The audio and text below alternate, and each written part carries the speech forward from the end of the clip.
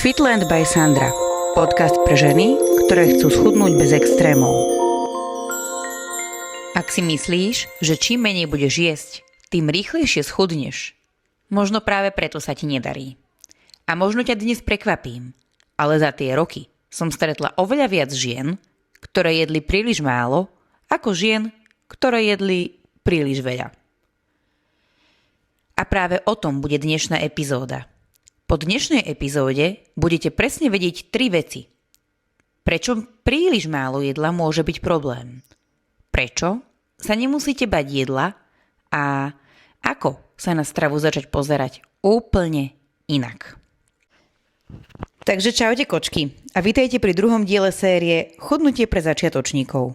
Veľmi sa teším, že ste si pustili aj druhú epizódu. Ak ste ešte nevideli prvú, určite sa k nej vráťte. V tejto sérii totiž ideme krok za krokom úplne od základov. Mojím cieľom nie je dať vám ďalšiu zázračnú dietu alebo povedať, že od zajtra nesmiete jesť pečivo, nesmiete jesť sacharidy a musíte vyradiť ovocie. Na internete je taký hrát už viac než dosť. Ja chcem, aby ste konečne pochopili, ako chudnutie naozaj funguje. Tak, aby ste už nemuseli každé 2 týždne začínať od znova. V prvej epizóde sme si povedali jednu veľmi dôležitú vec. Nemusíte zmeniť celý svoj život za jeden deň. Stačí začať malými krokmi, ktoré budete vedieť robiť aj o mesiac. Aj napríklad o pol roka. Na konci sme si zhrnuli 5 jednoduchých krokov. Začať pozorovať svoje návyky, pridať do jedál bielkoviny, začať sa pravidelne hýbať, nepanikáriť z čísla na váhe a hlavne nevzdať sa po jednom horšom dni. No a dnes na to krásne nadviažeme, pretože po prvom videu mi podľa mňa každá druhá žena položí tú istú otázku. Sandra, dobre, ale koľko toho mám vlastne jesť? A úprimne, vôbec sa vám nečudujem, že ste zmetené. Stačí otvoriť Instagram, TikTok alebo Google. Jedna žena tvrdí, že schudla na 1200 kalóriách. Druhá hovorí, že musíš jesť aspoň 2000. Niekto odporúča keto, niekto prerušovaný pôst, niekto tvrdí, že po 6. večer už nesmieš jesť. No a potom mi ženy píšu: Sandra, ja už vôbec neviem, komu mám veriť. A viete čo? Ja sa im vôbec nečudujem. Máme obrovské množstvo informácií. Ale mať veľa informácií ešte neznamená mať jasno. A práve preto vznikla táto séria. Nie preto, aby som vám dala ďalší jedálniček, ale preto, aby ste pochopili princípy. Pretože keď pochopíte princípy, už vás nerozhádže každé nové video na internete. A dnes sa pozrieme na jednu z najväčších chýb, ktoré ženy robia. No a možno, že vás opäť raz prekvapím. Ja sa často oveľa viac bojím toho, že žena je príliš málo, ako toho, že je príliš veľa. Môj príbeh. Viete čo? Možno vás teraz prekvapím dokonca ešte viac. Ja som si týmto všetkým prešla sama. A práve preto dnes o tom hovorím. A ja som si kedysi myslela, že čím viac budem cvičiť a čím menej budem jesť, tým lepšie budem vyzerať. Mala som obdobie, keď som cvičila 2 až 3 krát denne. Mala som obdobie, keď som skoro vôbec nejedla. Ráno káva, cez deň pár orechov, večer malý šalát. No a potom prišlo obdobie, keď som vyradila sacharidy. Potom obdobie, keď som si myslela, že všetko vyrieši kardio. Behávala som, trávila hodiny na páse, skúšala som všetko možné. A výsledok? Na začiatku to vždy vyzeralo super. Človek má pocit, že ide správnym smerom. Váha možno trošku klesne, máš pocit, že robíš všetko správne. Lenže po pár týždňoch príde realita. Začala som byť unavená. Bolela ma hlava. Mala som migrény. Pamätám si obdobia, keď sa mi po postavení zatočila hlava. Občas som mala až zahmlené videnie. Nemala som energiu. Necítila som sa silná. A úprimne, nepáčilo sa mi ani moje telo. Pretože som robila všetko preto, aby som schudla. Ale vôbec som neriešila, čo moje telo potrebuje. Až časom som pochopila jednu veľmi dôležitú vec. Moje telo nepotrebovalo menej jedla. Moje telo potrebovalo lepšie palivo. Pretože keď od auta chcete, aby vás odviezlo stovky kilometrov, tiež mu nedáte prázdnu nádrž. A naše telo funguje úplne rovnako. Ak od neho chceme energiu, ak chceme vládať v práci, ak chceme zvládať deti, ak chceme mať silu cvičiť, ak chceme mať peknú postavu, musíme mu najskôr dať to, z čoho bude fungovať.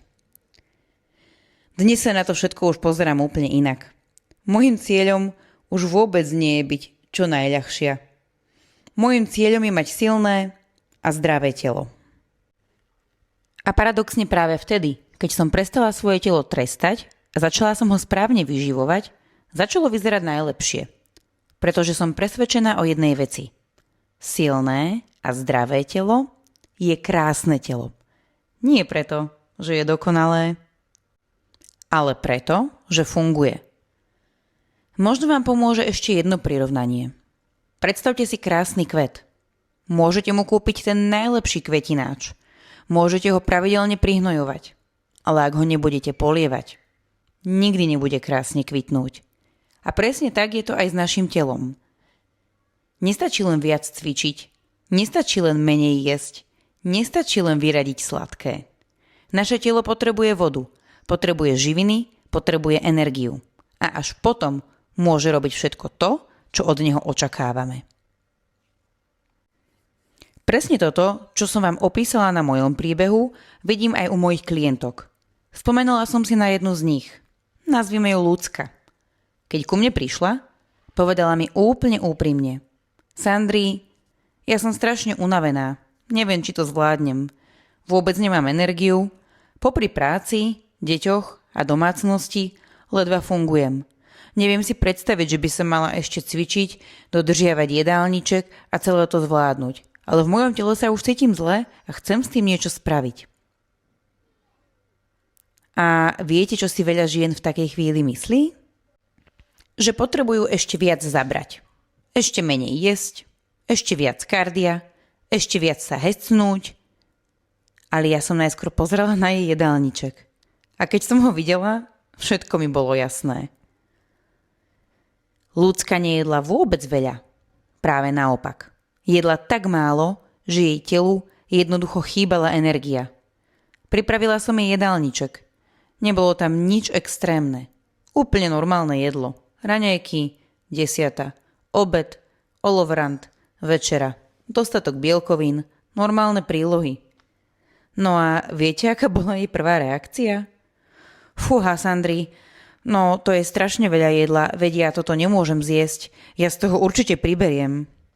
A úprimne, túto vetu počujem naozaj veľmi často. Ženy sa proste boja jedla. Majú pocit, že keď budú jesť viac, automaticky priberú. Lenže naše telo nefunguje takto jednoducho. A viete, čo sa stalo o pár týždňov? Začali mi od ľudských chodiť úplne iné správy. Sandri, dnes mám odcvičený celý tréning. Normálne som po práci išla ešte na prechádzku. Vieš čo? Už nie som celý deň unavená. Išla som s deťmi na bicykel. Mám oveľa viac energie. A to je presne ten moment, keď ženy pochopia jednu veľmi dôležitú vec. Niekedy naozaj nepotrebuješ jesť menej. Niekedy potrebuješ jesť jednoducho lepšie, správnejšie. A hlavne dostatočne. Teraz by som chcela, aby ste si zapamätali jednu jednoduchú myšlienku. Naše telo nie je hlúpe. Je až neuveriteľne múdre. Jeho hlavnou úlohou nie je urobiť z nás modelku na leto. Jeho hlavnou úlohou je prežiť. Keď mu dlhodobo nedávame dostatok energie, začne sa správať presne tak, ako je naprogramované. Šetrí. Budeš sa cítiť viac unavená. Nebudeš sa chcieť hýbať. Budeš myslieť na jedlo. Budeš mať väčšie chute na sladké. No a večer príde presne ten moment. Keď to jednoducho nezvládneš, otvoríš chladničku a povieš si, veď už je to aj tak úplne jedno. No a potom príde pocit viny. No a teraz, presne teraz, vám chcem povedať jednu vec. Vo väčšine prípadov to nie je nedostatok disciplíny. Väčšinou je to obyčajná biológia. Ak ste celý deň telu nedali energiu, ono si ju večer jednoducho vypýta. A čím dlhšie ho budete ignorovať, tým hlasnejšie bude vaše telo kričať. OK, Sandra, znamená to teda, že nemusím počítať kalórie? No a teraz si možno niektorá z vás hovorí, OK, Sandri, takže kalórie počítať nemusím, mám niečo pridať do jedálnička, mám začať viac jesť. No, je to jedna z najčastejších otázok, ktoré dostávam. No a moja odpoveď vás možno prekvapí. Nie, aspoň nie na začiatku. Na začiatku vôbec nemusíš počítať kalórie. A teraz ma prosím vás dobre počúvajte. Nie, že to niekto otočí proti mne. Ja vôbec netvrdím, že kalórie neexistujú. Vôbec netvrdím, že nie sú dôležité. Práve naopak. Ak chce človek schudnúť, musí byť dlhodobo v kalorickom deficite. To je jednoducho fakt, ktorý sa nedá obísť. To neoklameme. Ale to ešte neznamená, že prvá vec, ktorú si máte stiahnuť do mobilu, sú kalorické tabuľky. Pretože povedzme si úprimne, na čo vám bude vedieť, že obed mal 542 kalórií, keď celý deň fungujete na káve, strese a 2 hodinách spánku? Najskôr potrebujeme postaviť základy, no až potom riešiť detaily. Poďme sa pozrieť na častú chybu. No a toto je chyba, ktorú vidím veľmi často. Žena sa rozhodne schudnúť, stiahne si aplikáciu, kúpi si kuchynskú váhu, začne vážiť každé jablčko, každý gram ryže, každú lyžičku oleja, ale pritom stále vynecháva raňajky. Stále nemá bielkoviny, stále sa celý deň nestihne najesť, stále vypije liter vody a večer je úplne vyčerpaná. Rozumiete, čo tým chcem povedať? Rieši detaily. Ale základy ešte vôbec nemá zvládnuté. Je to ako keby ste stavali strechu na dome, ktorý ešte nemá základy. Jednoducho to nebude fungovať. Čo vám teda odporúčam? Ak si úplná začiatočníčka, nechcem od teba, aby si od zajtra vážila každé jedlo. Oveľa viac chcem, aby si zvládla tieto veci. Raňajkovať, jesť pravidelne, nebáť sa normálneho obeda, mať pri každom hlavnom jedle zdroj bielkovín a prestať mať pocit, že každý sacharid je nepriateľ, pretože práve toto sú základy. No a keď ich zvládneš, potom sa môžeme porozprávať o ďalších veciach. No, Sandri, takže to je úplne skvelé, ale ja chcem schudnúť. A ako teda potom schudnem? A teraz možno niektorá z vás presne takto rozmýšľa. Dobre, Sandra, ale keď nebudem počítať kalórie, ako teda schudnem? A toto je výborná otázka. A odpoveď je tým, že začneš robiť správne veci pravidelne. Pretože keď začneš jesť pravidelne, pridáš bielkoviny, keď sa začneš viac hýbať, keď prestaneš večer vyjedať chladničku, veľmi často sa stane jedna zaujímavá vec. Tvoj celkový príjem energie sa upraví úplne prirodzene, bez toho, aby si musela celý deň rozmýšľať nad číslami. Samozrejme, že nie vždy to stačí a je super mať predstavu o tom, koľko kalórií asi tvoje telo potrebuje. Niekedy sa počítaniu kalórií jednoducho nevyhneme. Najmä, ak už človek dlhšie stagnuje alebo má konkrétny cieľ. Ale pre úplnú začiatočničku to podľa mňa naozaj nie je prvý krok. Prvý krok je naučiť sa normálne jesť normálne jedlá. Vieš, čo je podľa mňa najväčší problém dnešnej doby? a toto môžeme považovať za naozaj veľkú myšlienku, ženy sa strašne boja jedla. Bojíme sa pečiva, bojíme sa ryže, aj zemiakov, dokonca sa bojíme aj banánu. No a vôbec sa nebojíme stresu. Nevadí nám spať 5 hodín. Nevadí nám preskakovať jedlá. Nevadí nám byť celý deň v práci bez poriadneho obeda. No a potom sa čudujeme, že večer zjeme polovicu špajze. Možno, že toto vôbec nebude znieť moderne, ale ja si myslím, že naše babičky nás v tomto môžu veľa naučiť. Jedli normálne jedlo. Raňajky, obed, večeru. Nevážili každú lyžicu ryže. A hlavne nebali sa jedla. A presne toto by som chcela naučiť aj vás. Nebať sa jedla, ale naučiť sa s ním pracovať. Takže poďme si to celé ešte raz jednoducho zhrnúť. Ak dnes začínaš chudnúť, nemyslí na to, koľko najmenej dokážeš zjesť. Premýšľaj nad tým, ako môžeš jesť tak, aby si mala energiu, cítila sa dobre a vydržala pritom dlhodobo. Pretože práve to je cieľ. Nie prežiť 2 týždne na šaláte, nie schudnúť za každú cenu 5 kg do dovolenky, ale vytvoriť si spôsob života, ktorý bude fungovať aj o rok. A presne preto by som chcela, aby ste si z dnešnej epizódy zapamätali týchto 5 jednoduchých krokov. Krok číslo 1. Prestaň sa báť jedla. Jedlo nie je tvoj nepriateľ. Nepriateľom nie je ryža, ani pečivo, ani zemiaky, pretože jedlo je palivo. A bez paliva nebude tvoje telo fungovať tak, ako od neho očakávaš. Krok číslo 2. Nehľaduj. Áno, pri chudnutí potrebuješ byť v kalorickom deficite, ale kalorický deficit neznamená hľadovanie. To sú 2 úplne rozdielne veci. Chcem, aby ste si to zapamätali, pretože veľa žien si myslí, že keď budú celý deň hladné, robia to správne. Nie. Ak si celý deň hladná, niečo nie je nastavené dobre a robíš to zle. Krok číslo 3. Jedz pravidelne a pridávaj bielkoviny. Nemusíš mať dokonalý jedálniček, nemusíš vážiť každé jedlo. Stačí, keď sa pri každom hlavnom jedle spýtaš: mám tam zdroj bielkovín? A keď bude odpoveď áno, si na dobrej ceste. Krok číslo 4. Neporovnávaj sa. Toto je podľa mňa obrovský problém dnešnej doby. Na Instagrame vidíš, že niekto schudol na keto, iný na prerušovanom pôste. Ďalší na 1200 kalóriách, no lenže ty nie si oni. Ty máš svoje telo, svoj život, svoje deti, svoju prácu, svoje povinnosti, no a preto potrebuješ nájsť cestu, ktorá bude fungovať práve tebe a nie iba na sociálnych sieťach. Krok číslo 5. A tento je podľa mňa najdôležitejší.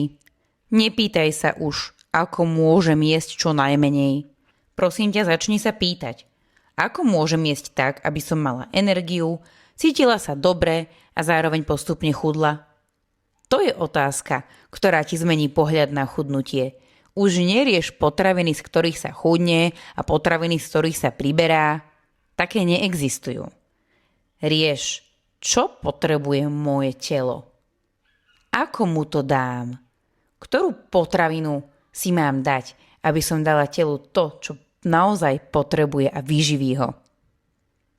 Vieš, keď sa dnes pozriem späť na obdobie, keď som cvičila niekoľkokrát denne, jedla minimum jedla a bála sa každého sacharidu, úprimne mi je tej Sandry trochu ľúto. Pretože si myslela, že robí pre svoje telo to najlepšie. No a pritom mu dávala presný opak toho, čo potrebovalo. Dnes už viem, že moje telo nebolo mojím nepriateľom. Len sa mi celý čas snažilo povedať: prosím, daj mi energiu, daj mi živiny, prosím ťa, staraj sa o mňa. No a presne to by som chcela odovzdať aj vám. Prestaňte bojovať proti svojmu telu. Začnite s ním spolupracovať. Pretože keď sa o svoje telo začnete starať, ono sa vám za to skôr či neskôr odmení. No a verte mi, pocit, keď sa ráno zobudíte plné energie, zvládnete celý deň, odcvičíte tréning, cítite sa silné a dobre vo svojom tele, je oveľa krajší ako číslo na váhe.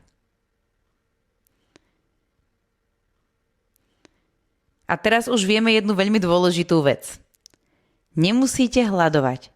Nemusíte jesť čo najmenej, ale ako má vlastne vyzerať tanier ženy, ktorá chce schudnúť? Koľko bielkovín? Koľko sacharidov? Musím jesť prílohy? A čo tuky? A ako si vyskladať jedlo tak, aby som nebola o hodinu znovu hladná? To všetko si ukážeme v ďalšej epizóde. A podľa mňa to bude jedna z najpraktickejších častí celej tejto série. No a mám pre vás ešte jednu malú úlohu. Nechcem, aby ste dnes počítali kalórie. Chcem len jednu jedinú vec. Pozrite sa na svoje hlavné jedlá a pri každom sa opýtajte. Je tam zdroj bielkovín? Nič viac zatiaľ neriešte. Uvidíte, že už táto jedna malá zmena môže veľa, ale naozaj veľa zmeniť. Ak sa ti dnešná epizóda páčila, budem veľmi rada, ak podporíš tento podcast odberom môjho YouTube kanála a zapneš si zvonček, aby ti neušiel ďalší diel. No a ak poznáš ženu, ktorá sa neustále trápi dietami a myslí si, že musí jesť čo najmenej, pošle jej túto epizódu. Možno jej pomôže zmeniť pohľad na chudnutie. Napíš mi do komentára jednu vec. Počítala si niekedy kalórie? Alebo si sa do toho nikdy nepustila? Veľmi rada si prečítam vaše skúsenosti a možno práve z vašich otázok vzniknú ďalšie epizódy. No a ak chceš ísť ešte viac do hĺbky, nájdeš ma aj na Hero Hero. Nájdeš tam kompletné tréningové programy, jedálničky, recepty, podcasty, no a aj moju podporu krok za krokom. Ďakujem, že ste si našli čas práve na mňa. Majte sa krásne, starajte sa o seba a nezabúdajte. Nepotrebujete menej jedla. Potrebujete viac pochopiť svoje telo. Vidíme sa pri ďalšej epizóde. No a teda ak chcete, tak Hero Hero by Sandra. Budem sa na vás tešiť.